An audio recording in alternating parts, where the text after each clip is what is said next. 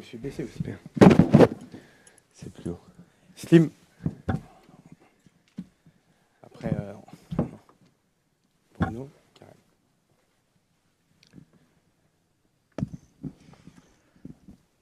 Bonjour Habib. Bonjour. Juste là, tout au fond. Déjà, avant de poser ma question, est-ce que vous pouvez nous faire un point sur le groupe? Il y avait Timber qui était sorti un petit peu diminué contre Toulouse. Est-ce que ça va mieux? Voilà, faire un point complet sur le groupe. Non, Quinten, ça va très très bien. On a Naïef Aguerd, vous le savez, qui s'est fait opérer. Ça s'est très très bien passé. On a Léo aussi qui a une petite gêne et on verra encore. On doit évaluer ça, mais ça risque d'être un petit peu juste. On a Bilal aussi qui est en réathlétisation. Mais sinon, tout le monde est bien disponible, donc c'est une bonne chose. Ok, parfait, merci beaucoup. Et puis ma question, c'est sur un aspect du jeu qui fait défaut un petit peu à l'OM depuis le début de la saison. C'est les coups de pied arrêtés, que ce soit défensif ou offensif. Mais là, vous allez peut-être affronter une équipe qui sera un peu plus resserrée, un peu plus regroupée en bloc bas, comme on dit. Est-ce que les coups de pied arrêtés, c'est pas aussi une solution, une carte pour faire la différence dans ce type de match? Et quelle importance vous accordez justement à ce type d'aspect dans le jeu?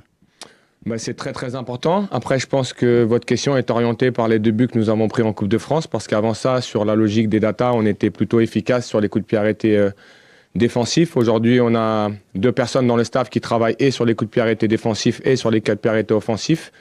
Un qui est arrivé avec moi. Donc aujourd'hui, on sait que c'est une option aujourd'hui dans un match. C'est parfois une solution. C'est parfois aussi un problème. Mais ce qui est sûr, c'est quand on a des matchs comme ça qui sont fermés, on sait que ça peut s'ouvrir sur ce type de situation. Donc on travaille tout le temps sur ces aspects-là, sur les combinaisons, sur la complémentarité, sur le fait aussi de très très bien les frapper. On a la chance d'avoir des bons pieds pour frapper ces coups de pied arrêtés sur l'aspect offensif. Et ça demande de la concentration. Je suis de ceux qui pensent que les coups de pied arrêtés sont très orientés par vos profils. Je prends l'exemple de ce qu'ont vécu un petit peu Liverpool et Arsenal, de façon un petit peu corrélée. Aujourd'hui, Arsenal est l'une des meilleures équipes, voilà, meilleure équipe d'Europe sur coup de pied arrêté. Liverpool avant ça l'était. Et ils ont perdu Matip et Van Dijk sur blessure et ils sont devenus la moins bonne équipe de Première Ligue. Pour autant, ils n'ont pas changé l'entraîneur.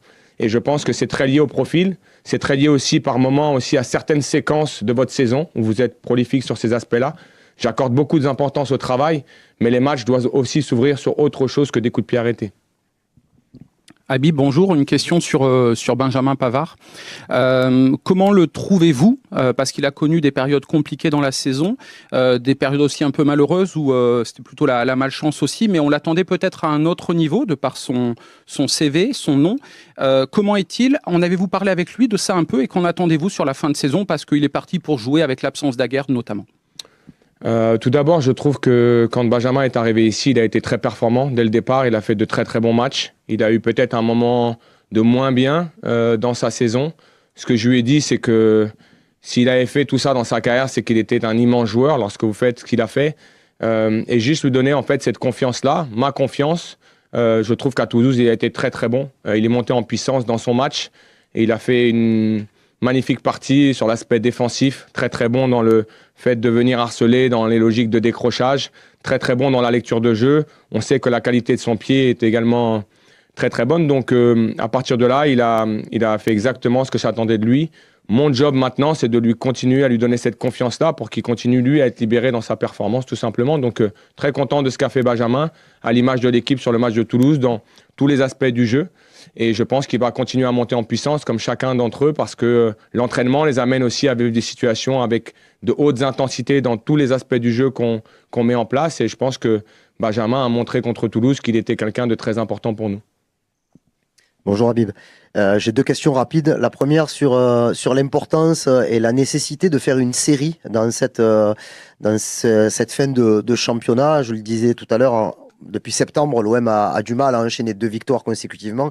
En Ligue 1, ça a été fait là entre Lyon et Toulouse. Comment tu fais pour réussir à faire une série dans ce championnat?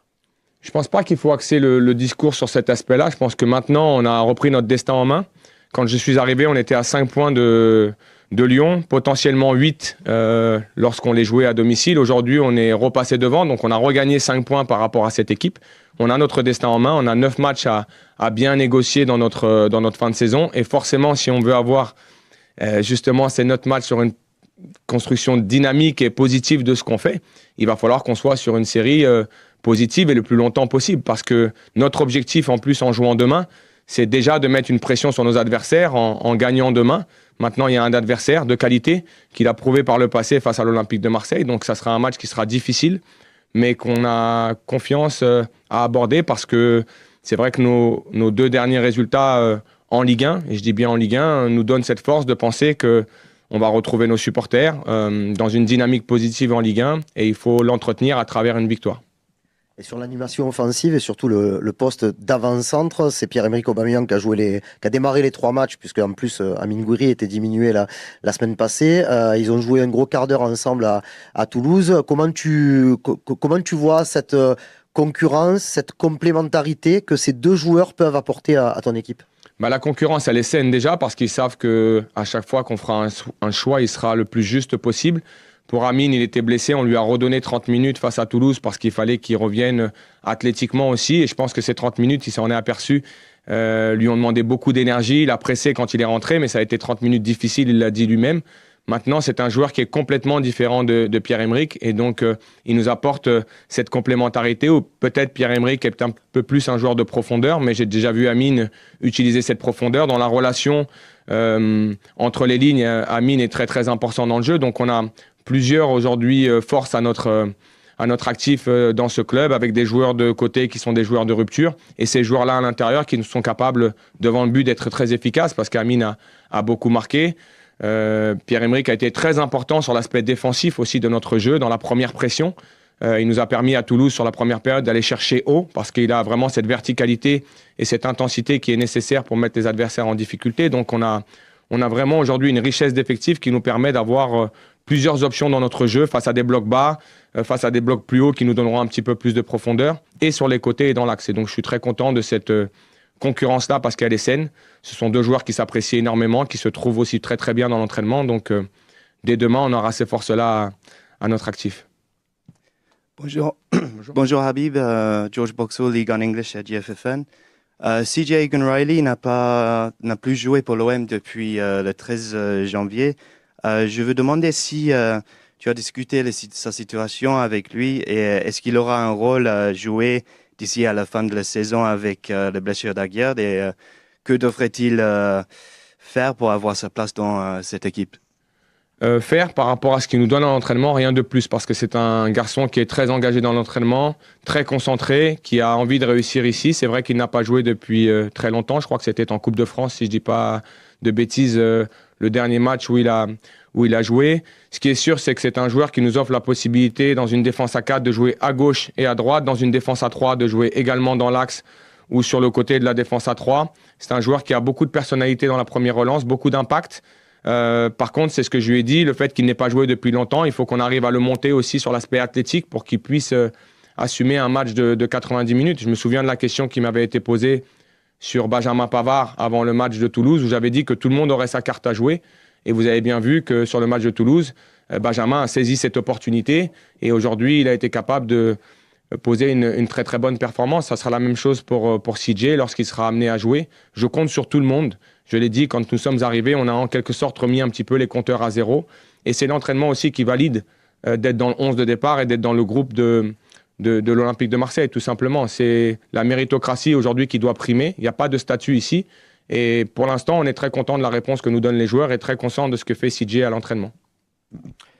Bonjour Habib.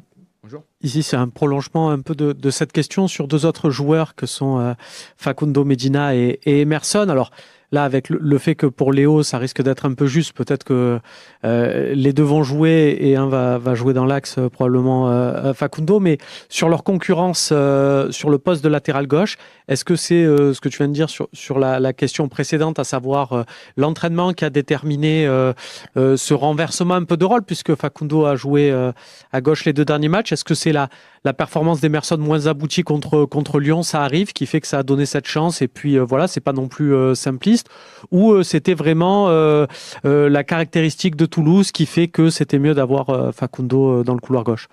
C'est lié à tout ça et c'est pas forcément lié à la différence de performance entre l'un et l'autre sur un match ou un autre. C'est vraiment aussi sur faculté pour Facundo, on le connaît. On sait qu'il est capable dans une défense à 3 et notamment à gauche de cette défense à 3 d'être très efficace lorsqu'il doit sortir très très haut. Il est également capable de venir comme un arrière gauche et regardez le but de Igor, enfin le but de Mason sur la passe d'Igor, c'est justement Facu qui est assez large et qui donne ce ballon profond. Donc, et pour Rémi, je le vois plus comme un joueur de côté qu'un central gauche réellement d'une défense à 3. Donc c'est aussi pour ça qu'on est dans ces choix-là.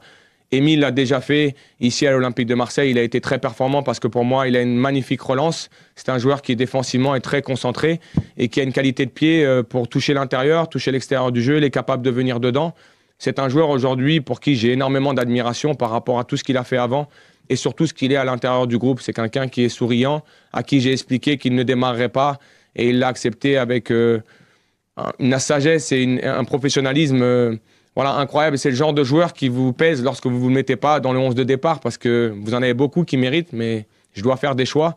Et parfois, mes choix impliquent que certains joueurs qui méritent ne démarrent pas. Mais Emi est rentré dans ce match-là. Il nous a fait du bien en tant qu'impact player.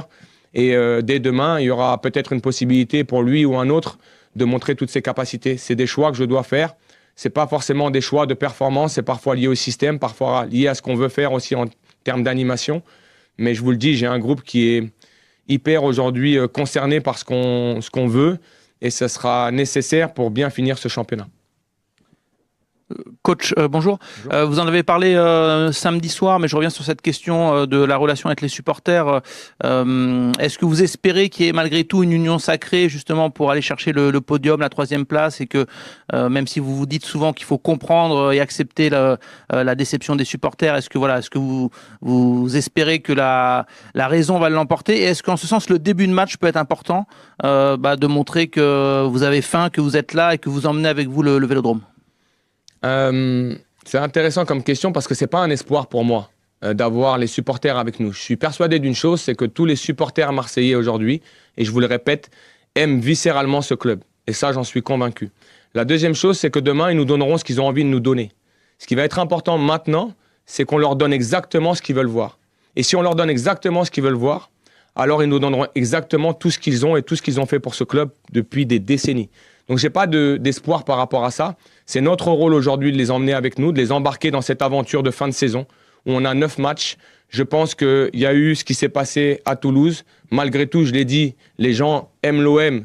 Et pour en croiser certains dans la vie, dans la rue, quand je vais faire mes courses, parce que je suis comme vous, quelqu'un de très très libre dans ma ville et où j'habite, je les croise et ils sont très contents d'avoir vu l'OM gagner à Toulouse, malgré les difficultés, malgré ce qu'on vit en ce moment. Et je pense que la majorité des gens, de toute façon, seront dans cet état d'esprit-là. À nous de les emmener. Et le début de match est quelque chose qui peut permettre aujourd'hui à ce stade de nous pousser comme ils l'ont fait contre Lyon. Ce que j'ai expliqué aux joueurs, c'est qu'on a tout vu contre Lyon. À la 75e minute, j'ai entendu certains chants, mouiller le maillot, comme vous vivez très souvent à Marseille. Et à la 95e minute, un stade qui a chaviré. Je le répète, si vous n'êtes pas capable de vivre ça ici, il ne faut pas venir ici. Ce club est comme ça. Et c'est ce qui amène la passion et ce qui amène parfois ce feu, mais qui est nécessaire à ce qu'on soit performant en tant qu'équipe. Tous ces composantes-là feront de nous demain une équipe conquérante et feront de ce stade un stade qui sera acquis à notre cause à partir du moment où on leur donne exactement ce qu'ils veulent voir. Et c'est ce qu'on fait et c'est ce qu'on travaille. Je ne veux pas le promettre parce que ce n'est pas un objectif de se projeter, mais ce dont je suis sûr, c'est que demain, on sera une équipe conquérante comme on l'a été à Toulouse sur la première période. Et si on doit souffrir, on souffrira avec de l'abnégation, de la solidité, de la solidarité entre nous pour aller chercher un résultat demain soir au Vélodrome. Bonjour Habib Beye, Camille Bossard de France 3. Ça rejoint un petit peu la réponse que vous venez de faire, mais comment vous les préparez justement au côté un peu psychologique aussi qu'il faut avoir quand on est une team pour pas avoir des moments de faiblesse, l'équipe? Est-ce qu'il y a des ingrédients particuliers que vous leur faites passer pour se préparer aussi mentalement les joueurs en ce moment? Non, la même chose qu'à Toulouse. Vous savez ce qu'on a vécu à Toulouse? On a eu un échauffement juste à côté de nos supporters qui était assez véhément et je leur ai dit, servez-vous-en comme une force. Si un, ici, a peur de sortir maintenant, alors qu'il reste dans le vestiaire. J'ai eu un groupe qui m'a regardé, on a dit aujourd'hui on est ensemble, on y va ensemble, on combat ensemble, et vous verrez qu'on va les emmener avec nous. Tout simplement, c'est plus une question de responsabilité, et surtout ne pas craindre ce contexte-là, parce que ce contexte-là, je le dis, à la fin du fin sera avec nous, et ce contexte-là, on les emmènera dans une belle aventure. Il y a 9 matchs.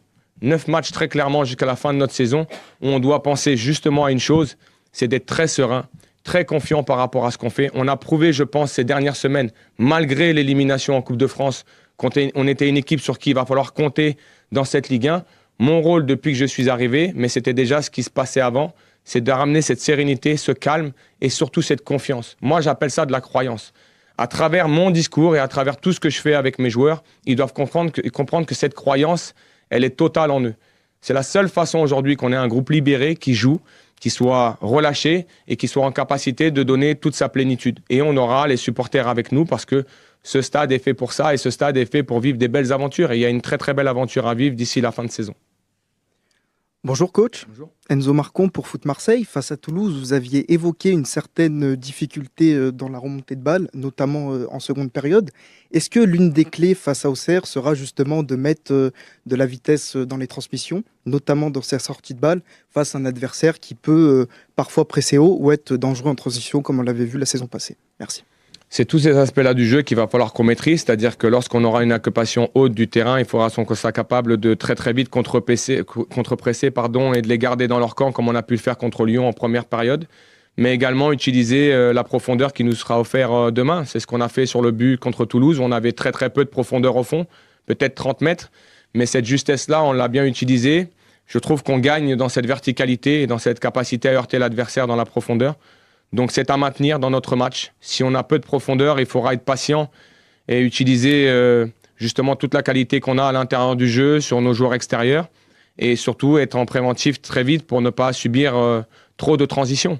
Ce qui a été différent sur la deuxième période, c'est qu'on a joué bas et qu'on a été peut-être pas assez agressif à l'intérieur du jeu pour les empêcher d'aller trouver ces largeurs-là, mais malgré tout, on a été solide.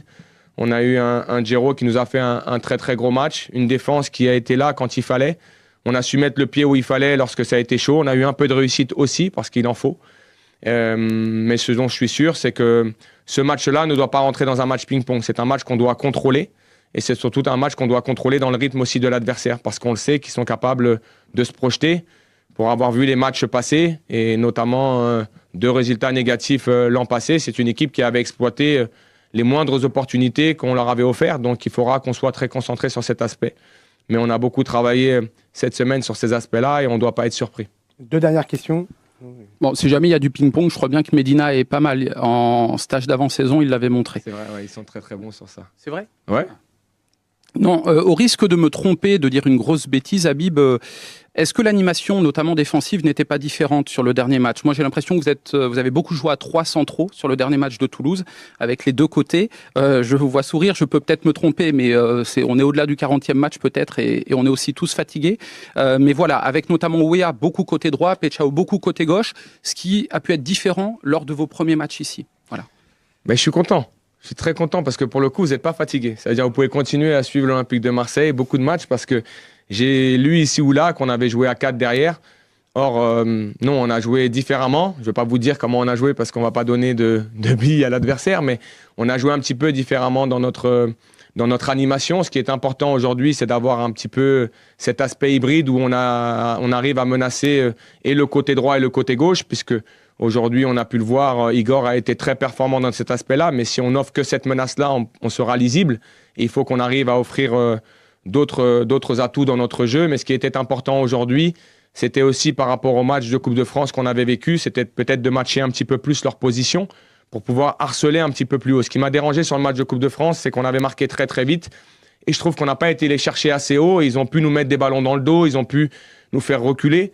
Et je pense qu'il est très important à domicile, et notamment avec l'équipe qu'on a et les profils que nous avons, c'est de mettre une pression haute dès la première sortie de balle adverse. Et donc, ça demande d'engager un petit peu plus de joueurs sur les 2 premières lignes et peut-être d'être capable de défendre comme on a pu le faire par moment contre Toulouse, c'est-à-dire avec 3 joueurs à l'intérieur parce qu'on a cette qualité de vitesse, on a cette qualité d'agressivité. Mais pour autant, on est capable de redescendre Tim ou Igor de temps en temps et d'avoir une défense à 4 parce que Igor, je trouve, et l'a montré contre Toulouse, il a une capacité à défendre ce côté qui est formidable. C'est vraiment... Il y a des joueurs qui sont très focalisés sur ce qu'ils font offensivement. C'est un joueur aujourd'hui qui m'offre cette capacité à même parfois se retrouver comme un arrière-gauche et défendre le côté avec beaucoup d'agressivité, beaucoup de discipline tactique. Et ça, c'est vraiment très important dans notre jeu. Donc, on essaye d'avoir justement cette animation différente pour surprendre aussi nos adversaires. Mais je suis très content parce que tout le monde nous a vus à 4. Or, je pense que l'animation était un petit peu différente de ce qu'on a pu faire sur les autres matchs. Je voudrais juste t'entendre un peu sur les jeunes. Quand tu es arrivé, tu as dit quand même que toi, tu étais quelqu'un qui voulait quand même donner de la chance aux jeunes, comme on l'a vu dans tes 2 clubs précédents. Qu'est-ce qui manque? Est-ce que le contexte aussi ne favorise pas la mise en place de temps de jeu aussi à la dispo des jeunes? Est-ce que leur niveau te convient? Est-ce que tu as eu des surprises bonnes sur les entraînements de certains jeunes? Oui, parce qu'on en a maintenant à tous nos entraînements. C'est une volonté de la part de Mehdi Benassia de justement pousser pour que ces jeunes-là viennent avec nous à l'entraînement. Quand on a l'opportunité de le faire à travers l'aspect numérique de notre groupe, et notamment en ce moment, on a quand même Naïef et Léo qui sont... Pour Naïef, ça sera un petit peu plus long. Pour Léo, ça risque d'aller un petit peu plus vite. Mais on se permet de voir des joueurs à ce poste-là. J'ai vu également Victor Joseph cette semaine qui est venu s'entraîner avec nous. Donc c'est très très bien. On a Ange Lago qui est avec nous et qui reste avec nous depuis le début maintenant et qui a été dans le groupe justement contre Toulouse et qui est un joueur très intéressant dans ce qu'il va nous apporter. Il ne faut pas avoir peur de lancer ces jeunes-là parce que ce sont des jeunes qui sont amenés à vivre l'entraînement et donc s'ils sont très bons dans l'entraînement et s'ils arrivent à tenir l'intensité de cet entraînement, ça veut dire qu'ils peuvent rentrer en match. Maintenant, il y a un contexte ici qui est peut-être différent des 2 clubs que j'ai trouvés, c'est-à-dire que aujourd'hui, on est aussi dans une obligation de résultat avec une pression importante et que mon rôle, c'est de faire en sorte qu'ils rentrent dans l'équipe dans le meilleur des contextes. Et malgré tout, on les a à l'entraînement, on les gardera à l'entraînement. Je pense que c'est important pour un club comme l'Olympique de Marseille d'avoir au moins 3 jeunes de l'académie en permanence avec le groupe d'entraînement. On ne pourra pas pousser à 6 comme c'était le cas dans l'ancien club où j'étais parce que c'était forcément pas les mêmes objectifs, même s'ils sont très proches. Mais ce qui est sûr, c'est qu'on voudrait, avec Mehdi dans la discussion, mais c'est également une volonté de la part du club et du propriétaire, M. McCourt, de faire en sorte que ces jeunes-là aient de la place. Même s'il y a des joueurs de grande qualité, si on donne de la place et cette logique d'expression à ces jeunes-là, on sera en capacité d'en sortir quelques-uns. Et je suis sûr que d'ici là, certains viendront nous surprendre à travers la qualité qu'ils apporteront à ce groupe. Allez, une dernière question. Merci. Bonjour coach, j'avais une question sur la nature de votre relation avec Pancho. Je voulais savoir quel était son rôle dans votre staff aujourd'hui et voir comment s'était fait la transition aussi. Elle s'est parfaitement bien faite. Pourquoi? Parce que je connais Pancho avant d'arriver. Je sais l'amour qu'il a aussi pour ce club. Il est là depuis très longtemps. Ce respect, je lui dois par rapport à la présence qu'il a eue. Le fait qu'il nous ait fait gagner beaucoup de temps aussi à notre arrivée avec mon staff. Et la synergie et l'énergie s'est faite directement entre eux et nous. Aujourd'hui, on est une équipe, on est une famille. Entre nous, on travaille au quotidien. Pancho est très impliqué dans l'entraînement, dans l'animation de l'entraînement. Il n'est pas du tout en retrait. Il travaille sur la conceptualisation de la séance avec tout le staff. Et je ne veux surtout pas que le staff qui était en place soit un staff relégué à être des exécutants. Surtout pas. Pour moi, l'objectif aujourd'hui d'un entraîneur, c'est de faire en sorte que tous les membres du staff soient aujourd'hui force de proposition. Ce que je dis très souvent, c'est que je n'ai pas le monopole de la réflexion, par contre j'ai le monopole de la décision. Quand je décide, c'est moi qui décide et on va dans ce sens-là, mais il est très important que tout le monde soit impliqué parce qu'il ne faut pas oublier une chose, c'est que tous les organes d'un club, et je parle de partout, administratifs, sportifs, staff, sont ceux qui vont diffuser l'énergie aux joueurs. Si aujourd'hui, un membre du staff ne se sent pas impliqué, son énergie ne sera pas bonne et donc l'énergie qu'il va transmettre à ce groupe sera pas forcément négative, mais elle ne sera pas assez importante. Donc moi, je veux que tout le monde se sente bien, et ça n'est pas que pour Pancho, mais avec Pancho, et je pense que vous l'avez vu à travers les images, ça se passe très très bien. C'est quelqu'un qui amène toute sa passion, sa connaissance du club et son énergie au quotidien, donc je suis très très satisfait du staff dans sa globalité, et c'est à nous de continuer à donner cette confiance aux joueurs et cette force pour aborder ces 9 derniers matchs. Merci à tous. Merci à vous.